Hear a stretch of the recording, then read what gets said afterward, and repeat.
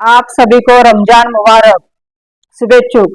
कुलपति doctor P.A. Inamdar university, अध्यक्ष Maharashtra cosmopolitan education society Pune, अध्यक्ष मुस्लिम कोऑपरेटिव्ह बँक लिमिटेड पुणे, संस्थापक अहुरा बिल्डर्स।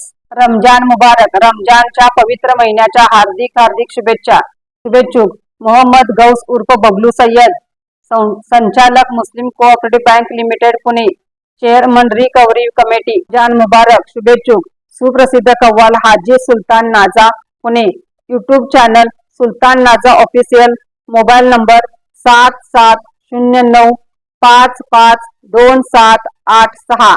खासदार शरद पवार यांनी आज पुण्यात पत्रकार परिषद घेऊन काही महत्त्वाच्या विषयावर बोलले। निवडणुकीचा कार्यक्रम कधी जाहीर होईल याची वाट पाहतात। 15, 16 किंवा 17 तारखेला निवडणूक आयोग कार्यक्रम जाहीर करेल असे दिसते। देशातील यंत्रणेचा वापर नेत्यांच्या विरोधात इतक्या मोठ्या प्रमाणात कधीही केला जात नव्हता। ईडी, सीबीआय किंवा अन्य यंत्रणांचा विरोधी नेत्यांना दाबण्यासाठी केला जातोय। यंत्रणांचा गैरवापर केला जात आहे। कर्नाटकातील एका व्यक्तीला अटक करण्यात आली, पण कोर्टाने काँग्रेसचे D.K. शिवकुमार यांची निर्दोष सुटका केली। यातून स्पष्ट होते की ईडीचा चुकीच्या पद्धतीने वापर केला जात आहे, असे पवार म्हणाले। सक्तवसुली संचालनालयाच्या 5,906 कारवायांपैकी केवळ 25 कारवायांचा निर्णय झाला आहे। गेल्या 11 वर्षांमध्ये ईडीने 141 नेत्यांची चौकशी केली। त्यातील 85% नेते हे विरोधी पक्षातील नेते होते। तसेच 115 नेत्यावर कारवाई झाली, ते सगळे बिगर भाजपचे होते।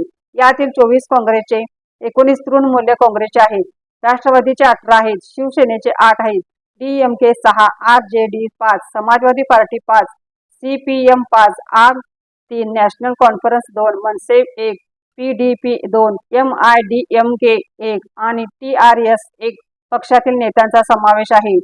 121 नेत्यावर कारवाई करण्यात आली आहे। यात एक मुख्यमंत्री, एक माजी मुख्यमंत्री, विरोधी पक्षातील 14 मंत्री, 24 खासदार, 21 आमदार, 7 माजी खासदार, 11 माजी आमदार अशा नेत्यावर कारवाई करण्यात आली।